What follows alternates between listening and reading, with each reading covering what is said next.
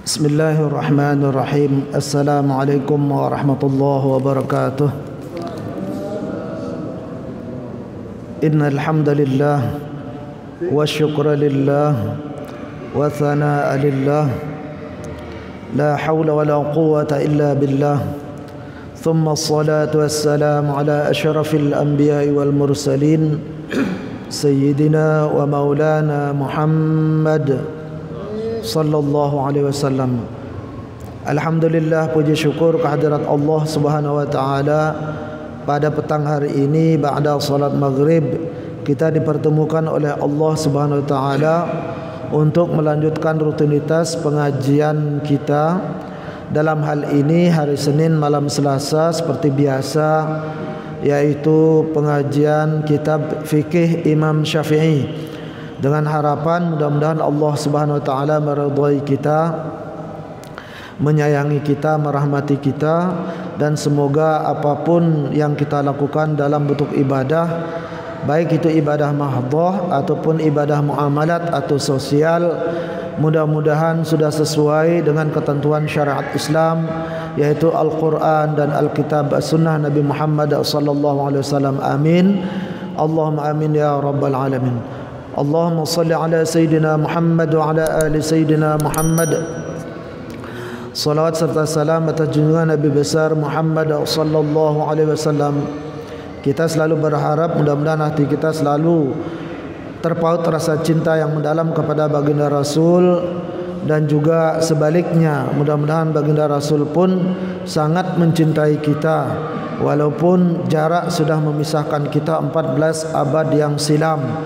Dengan harapan pula mudah-mudahan dengan rasa cinta ini kita mendapatkan syafaatul kubra pada hari kiamat atau di padang mahsyar, dan semoga dengan redha Allah, kasih sayang Allah kepada kita, rahmat Allah, mudah-mudahan kita bisa bertetangga dengan baginda Rasul di syurganya Allah bighairi hisab. Amin. Allahumma amin ya rabbal alamin. Jamaah salat maghrib yang dirahmati Allah Subhanahu wa taala, pembicaraan kita atau pengajian kita tentang masalah fikih Imam Syafi'i yang terakhir minggu lalu, yaitu rukun wudhu yang kelima dan yang keenam sudah selesai kita bahas. Sekarang kita memasuki pertemuan berikutnya, yaitu masalah wudhu juga, tapi dalam hal ini masalah sunnah-sunnah wudhu. Dan sunnah-sunnah wudhu ini hanya bisa dilakukan pada saat waktu solat masih luas atau masih pertengahan waktu. Kalau waktu solat di akhir waktu, sudah dekat-dekat perpindahan waktu solat yang lain, maka sementara solat yang waktu itu belum kita lakukan, maka di akhir waktu ini haram hukumnya kita melakukan sunnah-sunnah wudhu, karena akan membuat luput daripada solat yang belum kita lakukan.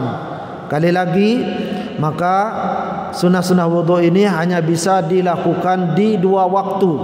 Waktu yang pertama yaitu di awal waktu solat, karena waktu solat itu ada tiga. Waktu ikhtiyari, waktu muwassa'. Waktu muwassa' itu awal waktu, itu boleh sunnah-sunnah wudhu kita lakukan. Kemudian yang kedua waktu ikhtiyari. Waktu ikhtiyari ini pertengahan waktu solat, itu masih bisa dilakukan. Kemudian yang ketiga namanya waktu al-mudayyiq, yaitu akhir waktu yang sempit. Nah, itulah haram hukumnya kita melakukan daripada sunnah-sunnah wudhu. Jadi tidak boleh dilakukan. Ya, termasuk sunnah wudhu itu apa? Yaitu menyapu telinga. Nah, itu termasuk juga itu. Dilewati aja biar gak kelolosan daripada waktu sholat, karena udah akhir waktu sholat. Baik, al-maqsadus tsani, bagian yang kedua, sunanul wudhu, sunnah wudhu. Sunanul wudhu katsiratun. Jadi sunnah-sunnah wudhu itu sebetulnya menurut pandangan dari berbagai macam kalangan mazhab para ulama seluruh dunia, katsirah, yaitu banyak sekali. Awsalaha ba'dul ulama ila 50 sunnah. Bahkan ada di antara ulama itu nyampenya itu dia menghitung itu sekitar 50 sunnah-sunnah wudu. Jadi banyak sekali. Namun bagi orang yang bermadzhab Syafi'i, karena lebih condong memakai daripada fatwanya Imam Nawawi yang dari Syria, negeri Syam, itu yang paling condong para ulama itu yang bermadzhab Syafi'i, yang paling dianggap kuat. Luar biasa beliau ini kecerdasannya, kebanyakan mengalahkan fatwa-fatwa ulama mazhab Syafi'i yang lain. Wa sawfa naqtasiru ala ma haqqaqahu al-Imam an-Nawawi. Kalau begitu kita yang bermadzhab Syafi'i ini sebaiknya kita mengikuti apa yang sudah ditahqiq, apa yang sudah dikuatkan oleh Imam Nawawi radhiyallahu anhu. Wa auradahu fi kitabih al-Minhaj min hadhihi sunan, di mana ditetapkan, dijelaskan masalah sunnah-sunnah ini, yaitu dalam kitab al-Minhajut Talibin, Minhajut Talibin. Wa hiya ala wajhil ijmal, secara global 13 sunnah, yaitu kurang lebih 13 daripada sunnah-sunnah wudu. Yaitu diantaranya as-siwak, tasmiyah, ghuslul kaffain, madmadah, istinsyaq, tathlis, takhlil, tayammum, italah ghurrah, wa tahjil, wal mualat. Kemudian wa talqul istitalah wa du'a. Nah, itu diantaranya yang 13 sunnah wudu. Taib. Yang pertama as-siwak. Nah, cara bersikat gigi menurut syariat Islam ini perlu dijelaskan oleh para ulama kita, terutama di bidang fikih. Bukan bidang tauhid dan bukan bidang akhlak, bidang fikih, karena ini bidangnya. Sehingga sesuai dengan ketentuan dan kita pun mendapatkan pahala sunnah. Jadi tidak sembarang orang bersiwak atau bersikat gigi. Wasiwaku min sunanil wudu. Siwak itu bagian daripada sunnah-sunnah wudu. Di hadis Nabi sallallahu alaihi wasallam, karena hadis Nabi Muhammad sallallahu alaihi wasallam. Laula an asyqa ala ummati la amartuhum bisiwaki 'inda kulli wudu'in. Seandainya kalau tidak memberatkan bagi umatku, niscaya la amartuhum, akan aku perintahkan mereka itu bersiwak, bersikat gigi 'inda kulli wudu'in, ketika tiap-tiap wudu. Ini asal makna perintahnya ini wajib. Namun wajib di sini sudah dirubah oleh kalimat itu juga dari permainan bahasa tersebut, yaitu laula harfum tina limtina, istilahnya kalau ilmu lughatil arabiyyahnya. Nah, inilah yang merubah, seandainya kalau tidak memberatkan. Nah, justru setiap orang bersikat gigi, apalagi ketika setiap wudu, begitu juga ketika setiap sholat, itu sepertinya memberatkan, dan kebanyakan orang merasa berat. Karena kebiasaan orang bersikat gigi itu apa? Ketika bangun dari tidur umpamanya, ketika habis makan, itu pun ada juga yang jarang kadang-kadang. Nah, itulah karena memberatkan, maka kalimat inilah yang merubah makna wajib tadi itu menjadi sunnah. Sehingga kategorinya di sini, ketetapan hukumnya dalam fatwa para ulama, maka ketentuannya adalah hukumnya sunnah kita bersikat gigi atau bersiwak ketika kita akan berwudu atau tiap-tiap mau melakukan wudu.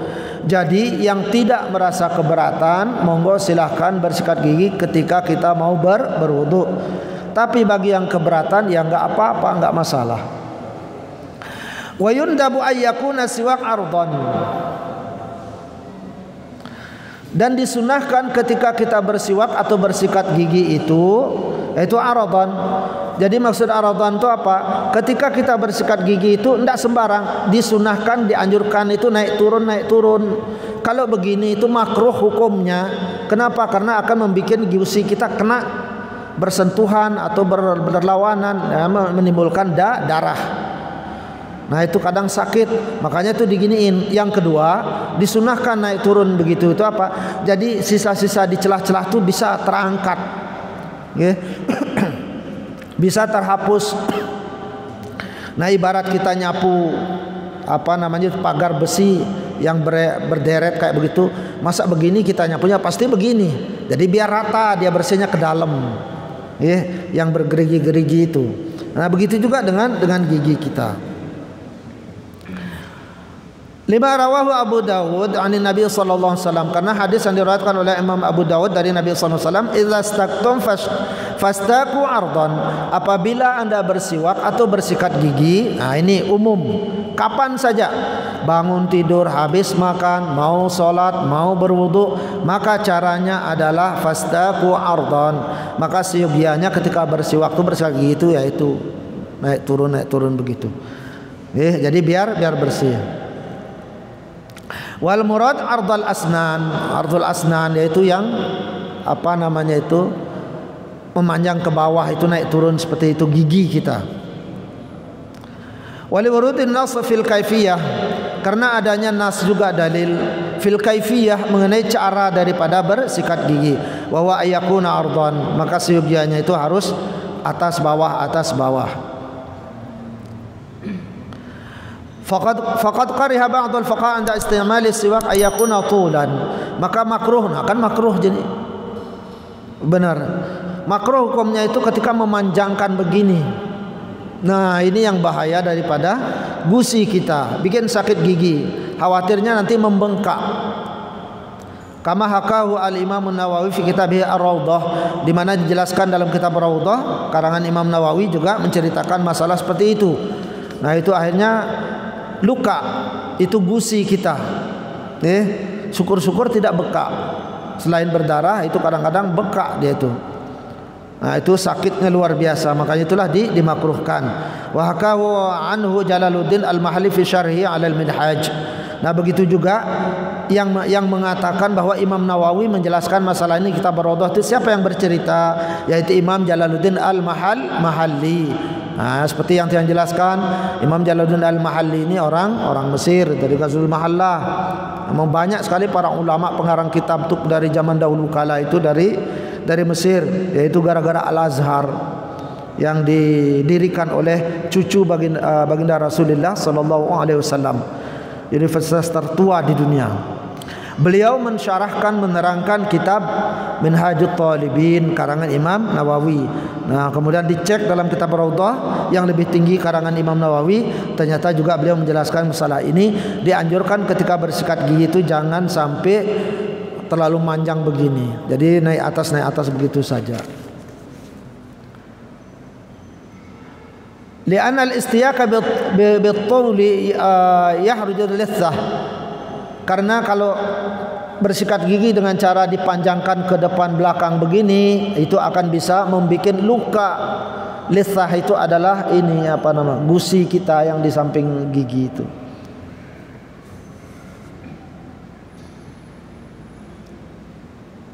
Wa yatahaqqaq dzalika fil faqil ulwi min a'la al-litsah ila asfalil asnan wa fil faqqis sufla bil 'aks. Jadi ini keterangan daripada ardan. Jadi ardan itu katanya bisa terwujud sehingga kita mendapatkan pahala sunnah ketika bersikat gigi, baik pakai siwak kayu itu ataupun pakai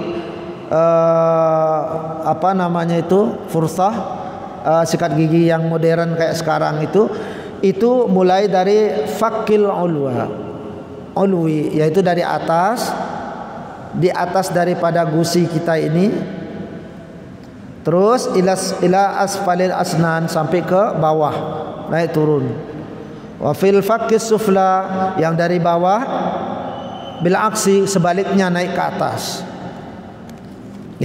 Nah, begitu cara bersiwak menurut syariat Islam. Insya Allah kalau menurut kedokteran ya sepertinya kayak begitu juga sih kayaknya. Karena tiang sendiri nggak tahu, mungkin. Karena secara logika memang tepat seperti itu. Nah, kemudian siwak sekarang, sikat gigi yang bagaimana yang mesti harus kita pakai sehingga bisa mendapatkan pahala sunnah. Apakah sembarang saja? Tidak bisa. Tidak bisa. Wa yasihhu siwak, jadi sah orang itu bersiwak menurut pandangan syariat Islam sehingga dia mendapatkan pahala sunnah bikulli khashinin, yaitu tiap segala sesuatu yang sifatnya kasar, kayunya kasar. Siwak atau sikat gigi yang kita beli itu kalau bisa jangan beli yang di atasnya halus, itu tidak sah menurut syariat Islam karena kurang kasar. Belilah sikat gigi yang tidak pakai bulu di atasnya, jadi masih kasar, karena itulah yang membersihkan daripada gigi kita. Kalau yang halus itu ada juga itu yang dijual-jual itu seperti promo-promo di televisi itu. Nah, itu tidak sah menurut syariat Islam, tidak dapat pahala sunnah. Kenapa? Dengan adanya bulu itu berarti kan licin, dia tidak bisa bersih. Jadi tidak bisa. Jadi harus yang kasar. Lihusulil maqsud bihi wa lihusulil maqsud bihi. Agar tercapai tujuan bersiwak itu apa tujuannya? Yang pertama sesuai dengan ketentuan syariat Islam seperti yang dicontohkan baginda Rasul. Ketentuan kedua benar-benar bersih. Nah, itu tujuannya.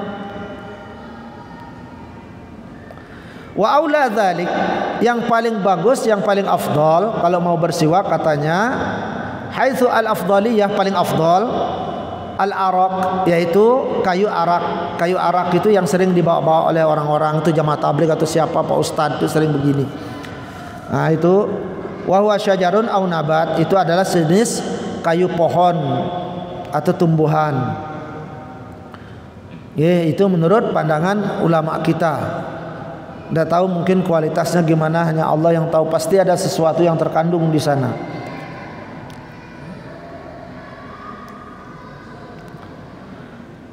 Kemudian kalau tidak, nah ini darurat, ini sifatnya darurat. Tidak membawa sikat gigi, juga tidak membawa siwak. Lalu apa yang kita pakai biar kita bisa bersiwak juga? Wa yasihhu siwak bil asbu'i ala sahih. Nah kalau kita umpamanya tidak ada sikat gigi karena darurat atau kemana, ataupun tidak ada siwak yang kayu itu, maka sah boleh orang itu bersiwak pakai jari-jari tangannya, boleh. Ala sahih menurut pendapat yang benar.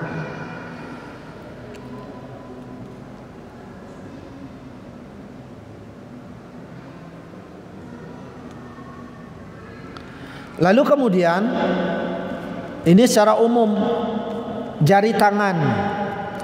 Tapi ternyata kata Imam Nawawi, oke, boleh, sah itu menurut Imam Nawawi juga sah. Tapi syaratnya apa? Syaratnya kama dzakarahu al-Imam Nawawi fi Syarhil Muhadzab waqtarahu 'ala al-asah. Bahkan menurut pendapat daripada Imam Nawawi sendiri, boleh pakai jari. Tapi ada syaratnya. Ada syaratnya, kalau dia pakai jarinya sendiri. Nah ini berat ini lagi ini.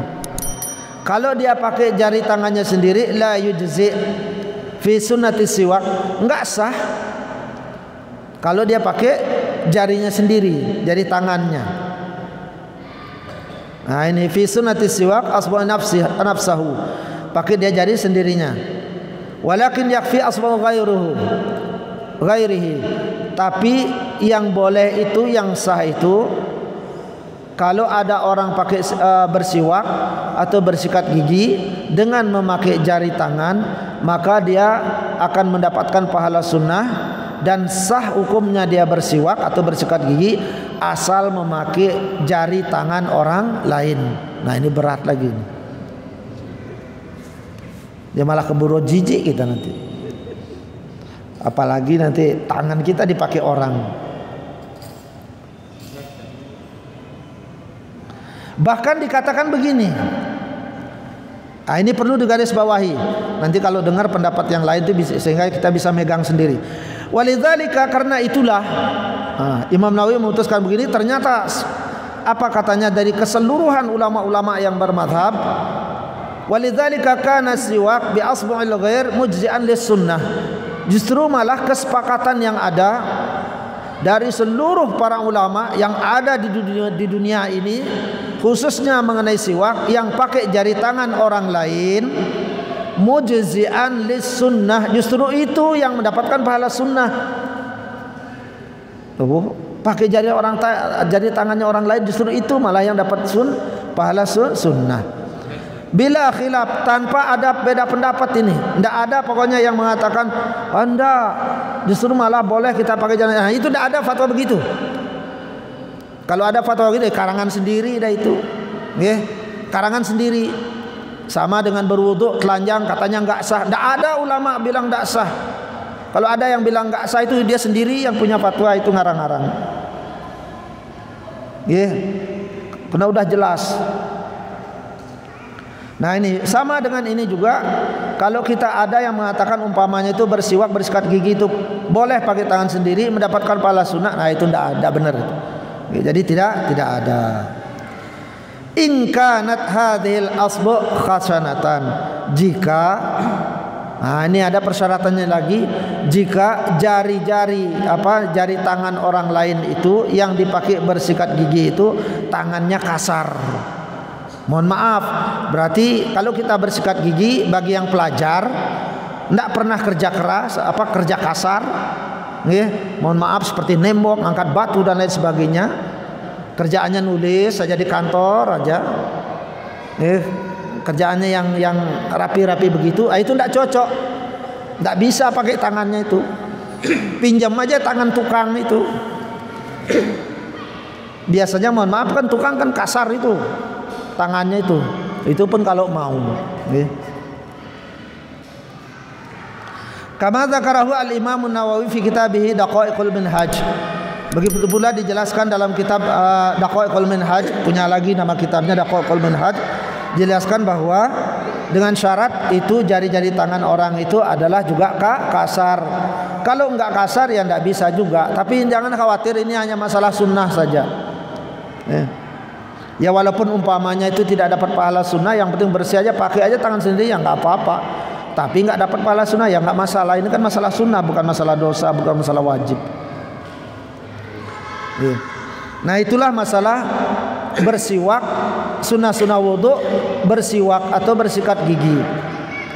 Ketika kita akan mulai berwudu, yaitu pakai sesuatu yang kasar, baik itu berupa kayu yang sering dipakai, kayu arak namanya itu, ataupun sikat gigi yang biasa dijual. Tapi jangan sikat gigi yang pernah muncul, sekarang udah nggak muncul lagi, yang ada bulu-bulu halusnya itu nggak mencukupi syarat itu. Kemudian yang ketiga, syarat itu apa? Boleh pakai jari tangan, asal jari tangan itu pakai jari tangan orang lain itu pun harus jari tangan yang kasar. Nah itu yang bubul kadang-kadang itu. Nah itu yang bisa membersihkan. Kalau yang halus-halus itu tidak bisa membersihkan. Itu pun kalau mau. Jadi tidak ada ketetapan kewajiban. Nah inilah yang dibilang oleh baginda Rasul, laula an asyqa ala ummati, memberatkan. Ya gimana ya rasanya mau sikat gigi pakai jari tangannya orang, kan berat sekali rasanya. Makanya jadi sunnah dia. Jadi tidak usah. Wa kama yusannu siwaku lil wudu yusannu aydan 'inda kulli salatin. Begitu juga disunnahkan orang bersikat gigi atau bersiwak bagi orang berwudu, yusannu aydan 'inda kulli salatin. Disunnahkan juga ketika kita mau melaksanakan salat.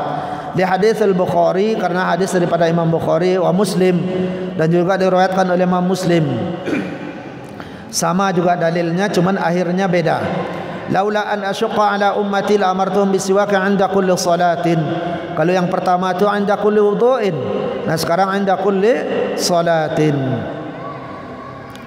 Seandainya kalau tidak memberatkan bagi umatku, niscaya aku akan perintahkan mereka itu bersiwak, bersikat gigi ketika tiap-tiap akan salat. Tsumma istatarada al-Imam an-Nawawi wa dzakara ma yundabu lahu aswaq ba'da al-wudu' wa shalah faqala. Kemudian Imam Nawawi menampilkan dan menyebutkan tentang sunah-sunah bersiwak, yaitu ketika setelah wudu, lalu beliau langsung menjelaskan tentang sunah wudu juga, sunah bersiwak juga, bersikat gigi juga pada saat kita salat. Faqala, setelah itu beliau menjelaskan apa? Wa taghayyuril fam, ketika gigi kita atau mulut kita itu berubah baunya, itu sangat dianjurkan oleh baginda Rasulullah SAW, oleh syariat Islam.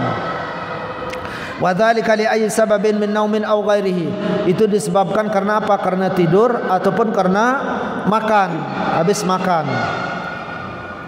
Li'annahu sallallahu alaihi wasallam kana idza qama minal laili, Rasulullah sallallahu alaihi wasallam orang yang paling rajin bersikat gigi, paling rajin.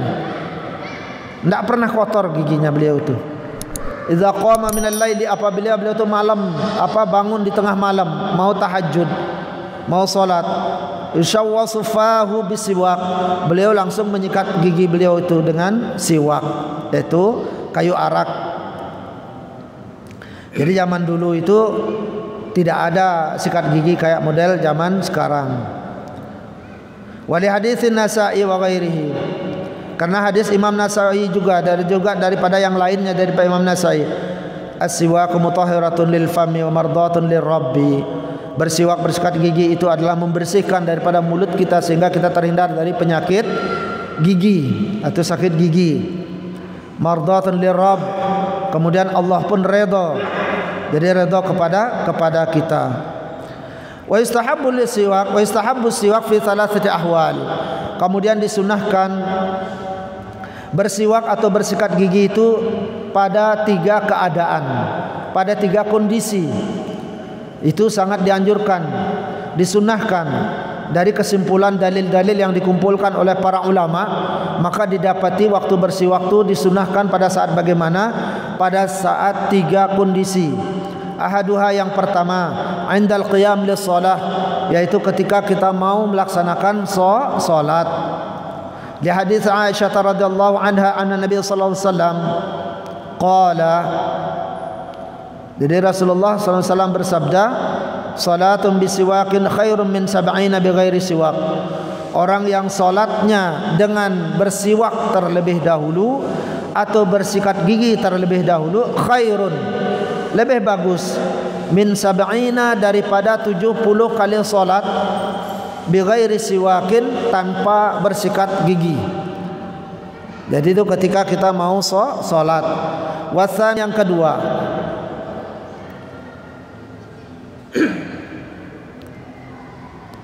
inda isfiraril asnan, ketika gigi kita sudah mulai menguning, itu sangat dianjurkan. Ini dari Nabi sallallahu alaihi wasallam yang di sanadnya itu yaitu Sayyidina Abbas, istaku. Jadi itu mengatakan beliau, bersiwaklah, bersikat gigi lah, jangan sampai rusak itu, masuk kuman daripada ke gigi Anda, gara-gara sudah berubah jadi warna kuning. Nah itu bilah biang keroknya penyakit. Nah di sana. Kemudian wasalis, yang ketiga, inda taghayyuril fam, ketika berubahnya bau mulut, min naumin, disebabkan karena tidur, au aklin, atau karena makan, habis makan.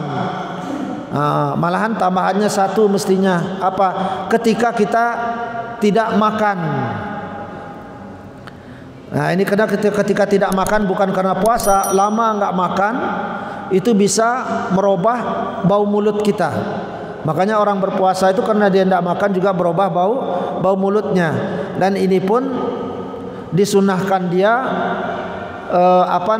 bersikat gigi juga orang berpuasa itu pada saat gimana? Pada saat waktu sahur dia belum bersikat gigi.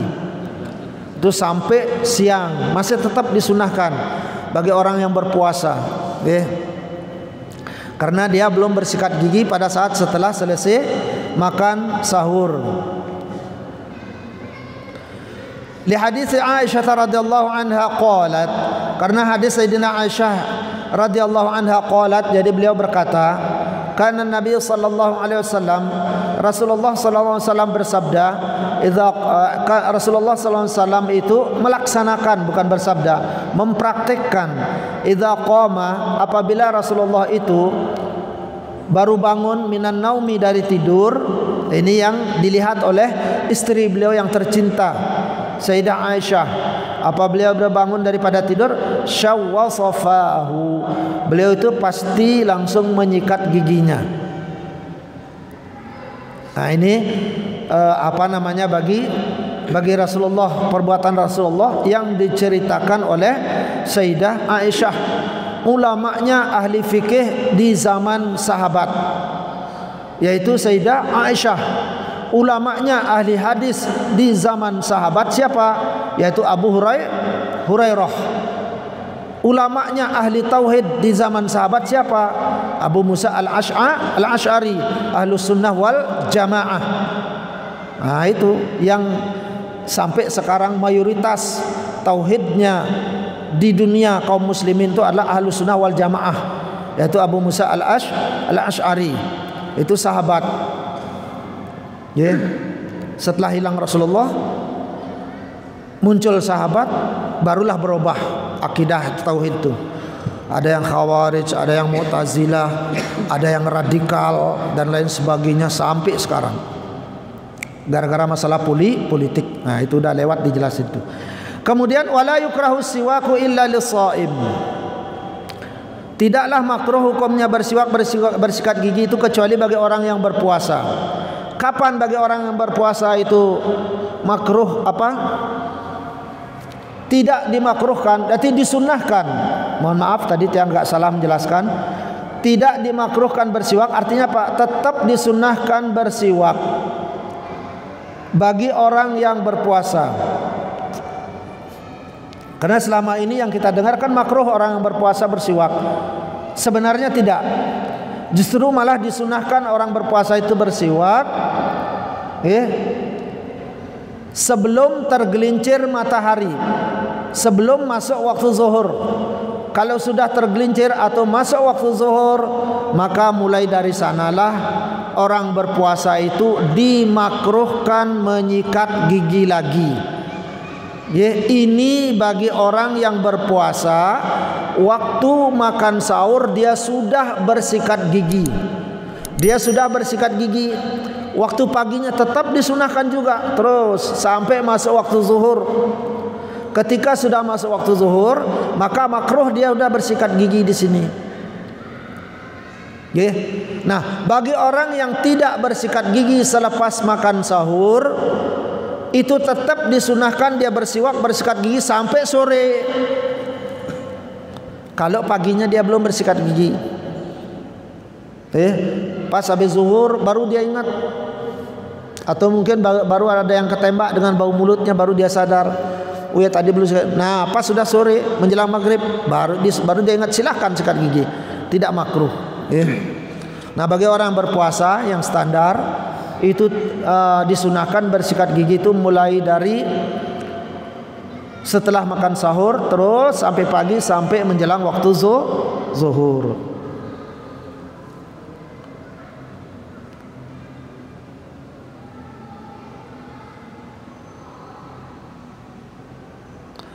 Nah, mengenai hadisnya juga sudah di hadis Al-Bukhari wa Muslim li khulufi fami shaim atab 'inda Allah min rihil misk.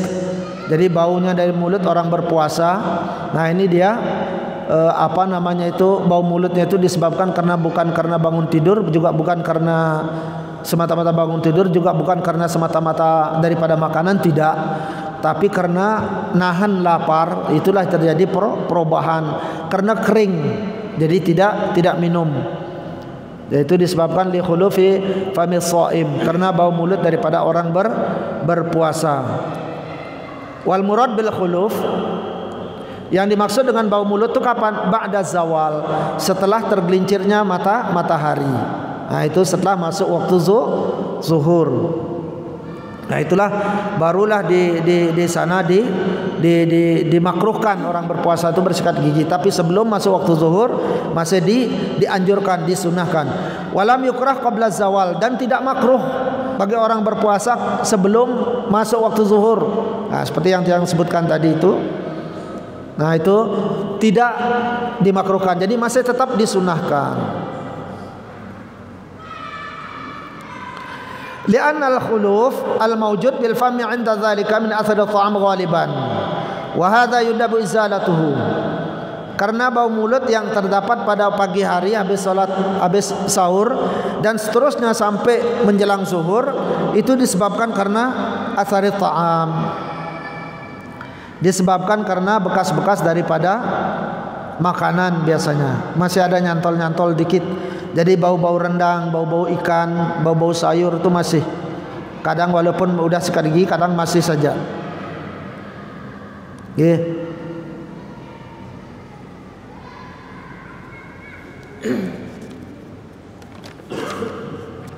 Nah, itu keterangan mengenai bersiwak. Selebihnya ada keterangan, tapi ini keterangan daripada guru yang sendiri.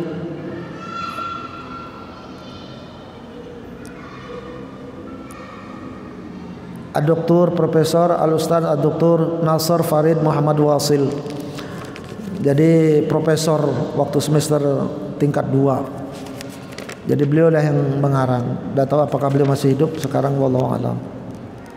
Mudah-mudahan beliau dipanjangkan umurnya.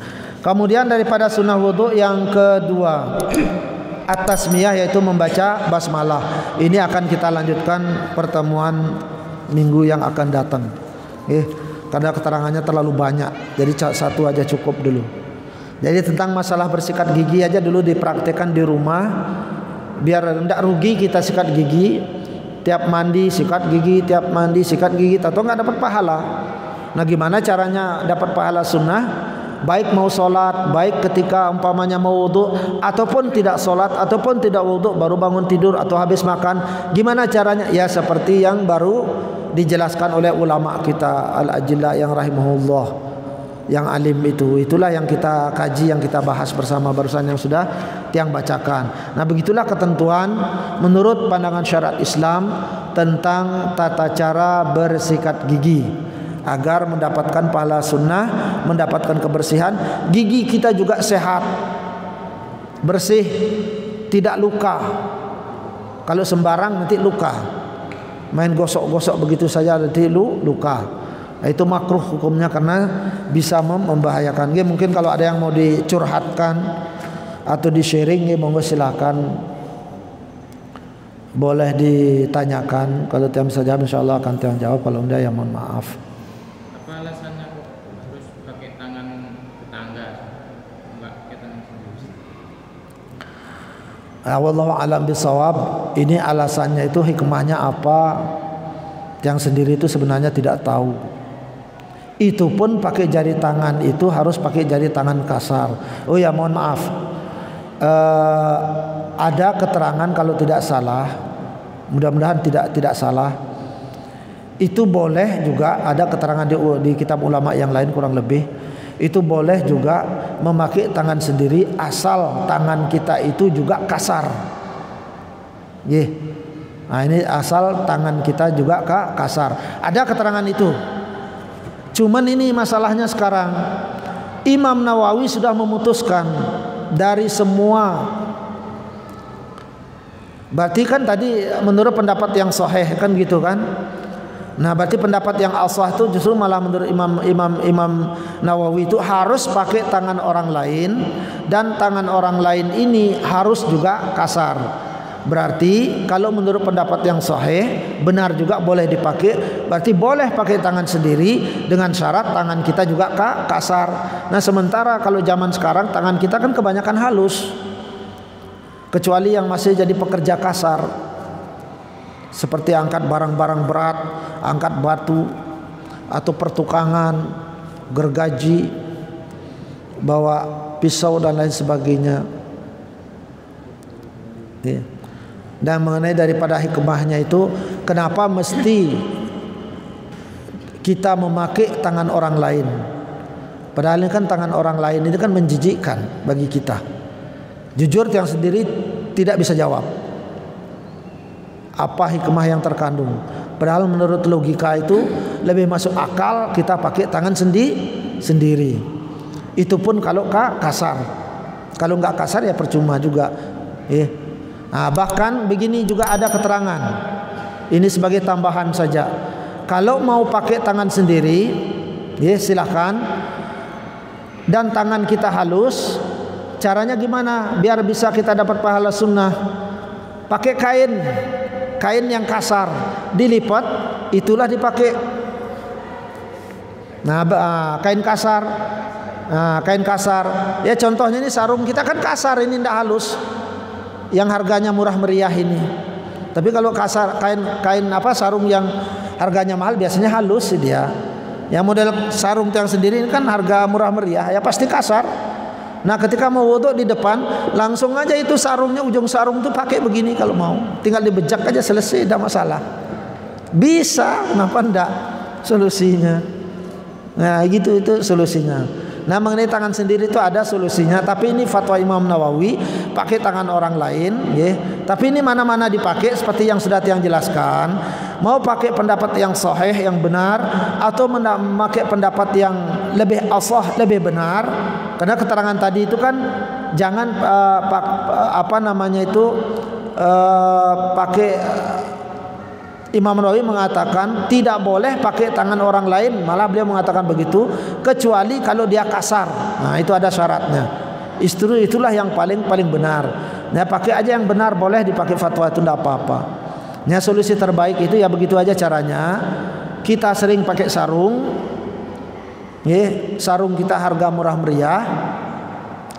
Itu aja pakai, ujung-ujungnya atau juga tidak begitu terlalu basah. Tinggal diperes selesai, dah masalah. Nah itu bagi yang pengen praktek boleh langsung dipraktekkan. Jadi pakai kain. Hukum air liur yang sudah keluar dari mulut, kan bersiwak kan pasti ada air liurnya, kemudian dikantongi pakai gelas.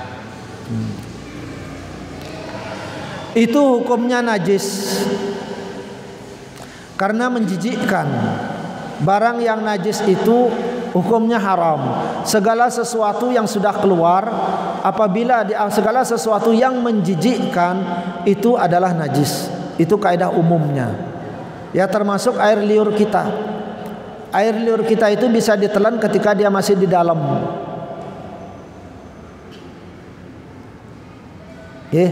Nah makanya itu tidak boleh dimakan. Air liur kalau udah keluar itu tidak boleh dimakan lagi. Kenapa? Kan najis. Kenapa najis? Ya kan dia menjijikkan. Itu kaidah umum. Ya mungkin ada fatwa lain, mungkin wallahu a'lam bishawab.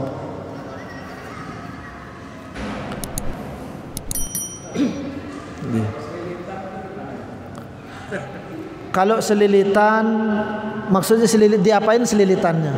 Dimakan lagi, telan lagi.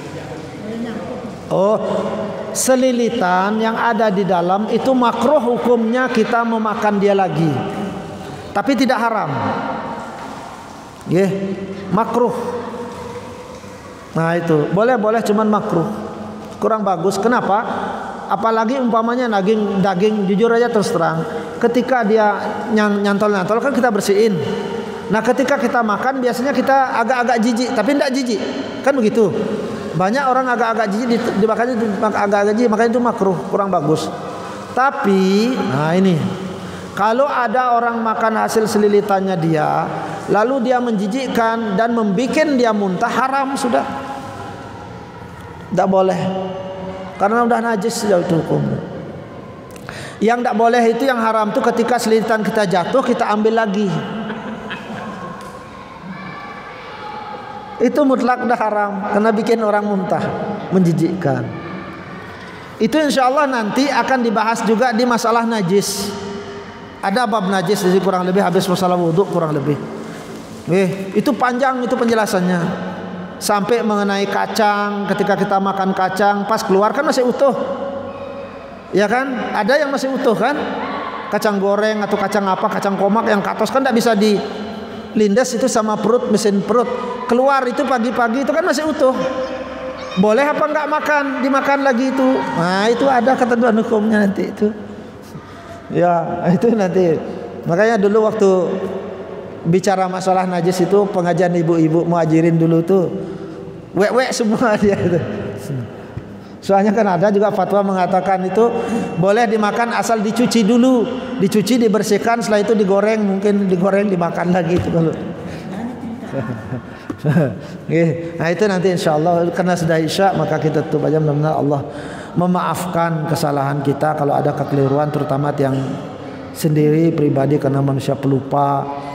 Ilmunya sangat terbatas sekali, awam, tidak tahu apa-apa masalah fikih, yang sendiri hanya membaca. Kalau ada kekeliruan mudah-mudahan Allah memaafkan, mudah-mudahan juga sampean memaafkan, dan mudah-mudahan banyak barokah yang kita dapat bisa kita amalkan, walaupun pembahasannya cuma masalah sikat gigi saja. Mudah-mudahan bisa kita amalkan setiap hari.